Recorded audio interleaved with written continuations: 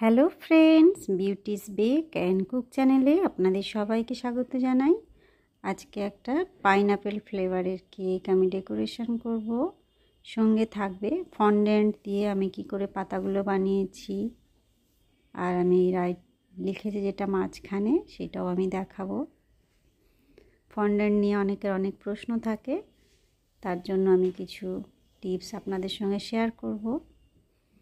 তো এখানে আমি কেক স্পঞ্জটা প্রথমে 3টে লেয়ারে কেটে নিচ্ছি। আমি কিন্তু উপরের যে পার্টটা থাকে সেটা আগেই কেটে বাদ দিয়ে দিয়েছি, প্রতিবারই আমি সেই কাজটা করি।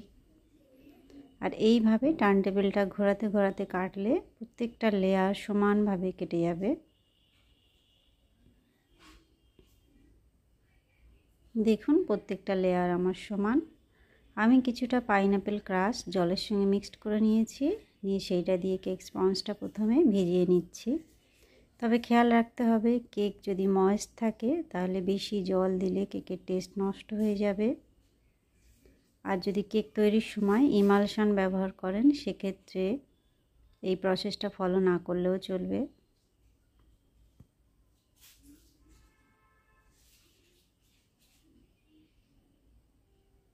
আমি এখানে কিছুটা ক্রাশ দিয়ে দিচ্ছি, যেহেতু আমি জলে অনেকটা ক্রাশ দিয়েছি সেই কারণে আমি এখানে বেশি ক্রাশ দিলাম না।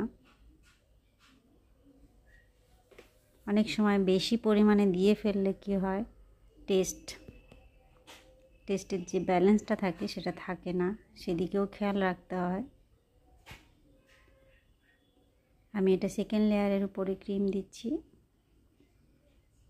এটা সমানভাবে আবারও স্প্রেড করে নিচ্ছি। এইভাবে যদি প্রতিটা লেয়ারে সমানভাবে ক্রিম দিতে অসুবিধা হয় তাহলে পাইপিং ব্যাগে ক্রিমটা ভরে নেবেন, সমানভাবে ক্রিমটা দিতে তাহলে সুবিধা হবে। আমি আবারও কিছুটা ক্রাশ দিচ্ছি।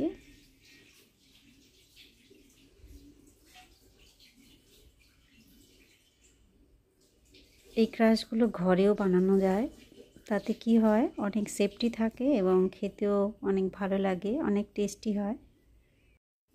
কিভাবে ঘরে ক্রাশ বানাতে হয় সেই রেসিপিটা আমি আপনাদের সঙ্গে পরে শেয়ার করব। এখানে আমি প্রথমে কেকটা ক্রাম কোট করে নিচ্ছি। ক্রাম কোট করে আমি 10 মিনিট ফ্রিজে রাখবো, তারপরে এর উপরে ফাইনাল লেয়ারটা দেব। সবসময় চেষ্টা করবেন একটু টাইম নিয়ে ক্রাম কোট করে 10 মিনিট ফ্রিজে রাখতে, কেননা বিশেষ করে যারা নতুন তাদের জন্যই বলছি আমি কথাটা। কেকের যে ক্রামগুলো থেকে যায়, কেকের যে গুঁড়াগুলো অ্যাকচুয়ালি, সেগুলো কি হয় উপরে উঠে আসে ফিনিশিংয়ের সময়, তখন দেখতে ভালো লাগে না। এই কারণে ফ্রিজে রেখে একটু সেট করে নিলে ক্রামগুলো আর উপরে উঠে আসার চান্স থাকে না। আমি এখানে 10 মিনিট পরে ফ্রিজ থেকে বার করেছি কেকটা, আর আমি ক্রিমে এখানে পিঙ্ক কালার মিক্সড করেছি, সেইটা দিয়ে পুরো কেকটা আমি কভার করছি। এই কেকের ফটোটা কাস্টমার আমাকে পাঠিয়েছিলেন, সেইটাই দেখে আমি পুরো কেকটা ডেকোরেশন করার চেষ্টা করছি।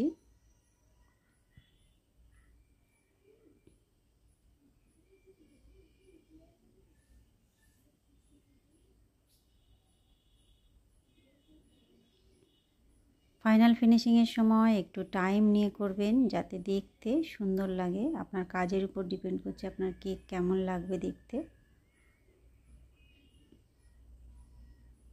আমি সাইডে একটু ব্রাশ দিয়েও বুলিয়ে নিচ্ছি।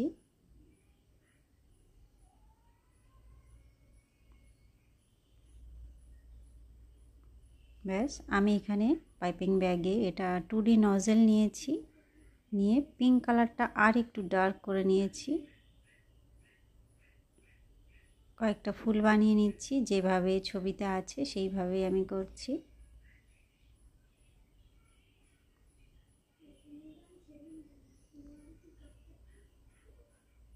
দুটো কালার কম্বিনেশনে ছিল এটা, হোয়াইট আর পিঙ্ক, সেই দুটোই আমি ইউজ করছি এখানে।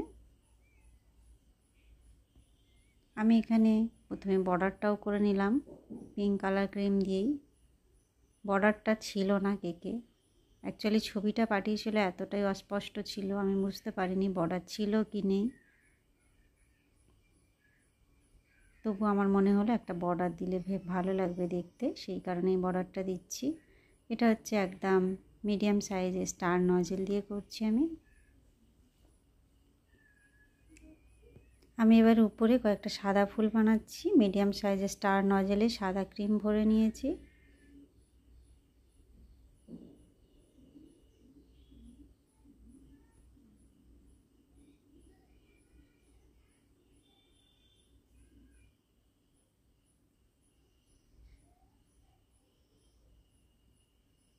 যেখানে যেখানে ছিল ফুল আমি সেখানেই করে দিচ্ছি।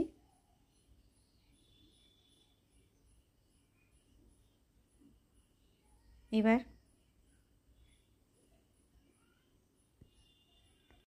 ফন্ডেন্টের কয়েকটা পাতা ছিল, সেটাই আমি দেখিয়ে দিচ্ছি এখানে। এই কাজটা কিন্তু আমি রাতেই করে রেখেছিলাম, কেননা ফন্ডেন্টের কাজ করলে অন্তত একদিন আগে করে রাখবেন, তাহলে এটা শুকনো হতে টাইম লাগে, তো এটা সেট হবে, তারপরে কেকের উপর দিতে হবে। আমি একটু কর্নফ্লাওয়ার মাখিয়ে নিয়েছি, নিয়ে ফন্ডেন্টটা ভালো করে বেলে নিলাম। মাঝখানে যে লেখাটা হবে সেটা ফন্ডেন্টের উপরেই ছিল। আমি কুকি কাটার দিয়ে মাঝখানে যেটা বসাবো সেটা কেটে নিলাম। আমি আরও কিছুটা ফন্ডেন্ট নিয়ে তার সঙ্গে ইয়েলো কালার মিক্সড করেছি। এটা হচ্ছে প্যাপিলনের ফুড কালার। ভালো করে এটা মিক্সড করে নিচ্ছি।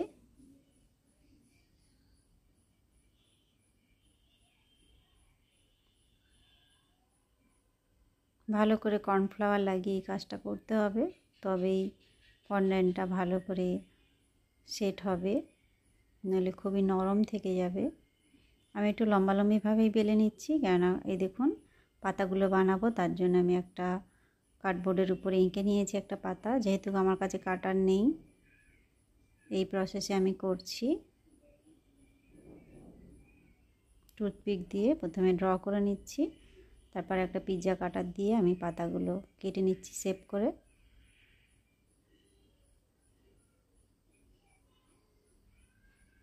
পাতাগুলো ইয়েলো কালার ছিল, সেই কারণেই আমি এটা ইয়েলো রাখছি। আমি টুথপিক দিয়ে সাইডগুলো একটু করে চেপে দিচ্ছি, যেরকম পাতায় থাকে খাঁজ খাঁজ মতো, সেই রকমই করছি।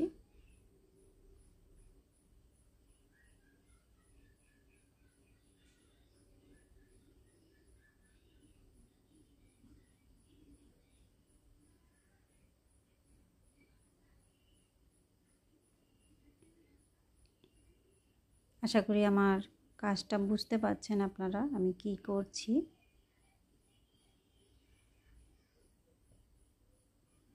আমি একে একে সব পাতাগুলো বানিয়ে নিচ্ছি।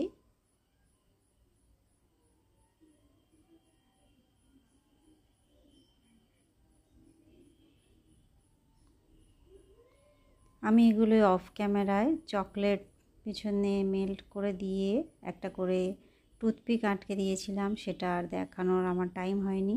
এই যে আমি যেটা কেটে নিয়েছিলাম মাঝখানে, সেটা হ্যাপি বার্থডে লিখে দিয়েছি। এগুলো হচ্ছে রাইটিং পেন দিয়ে আমি করেছি। আমি একে একে পাতাগুলো বসিয়ে দিচ্ছি।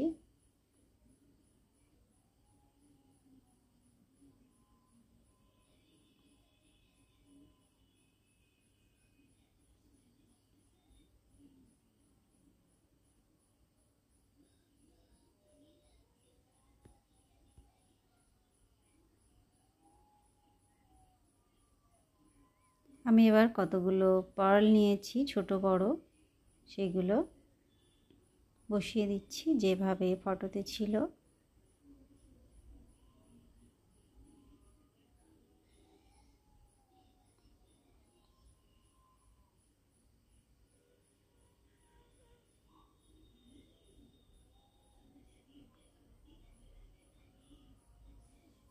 দেখুন বন্ধুরা, কেকটা আমার কমপ্লিট। কেমন লাগছে? ভালো লাগলে অবশ্যই একটা লাইক করবেন, চ্যানেলটা সাবস্ক্রাইব করে রাখবেন। আমার চ্যানেলে আরও বিভিন্ন ধরনের কেক ডিজাইন আছে, সেগুলো দেখে আপনারা অনেক কিছু শিখতে পারেন। দেখা হবে নেক্সট ভিডিওয়। Bye bye.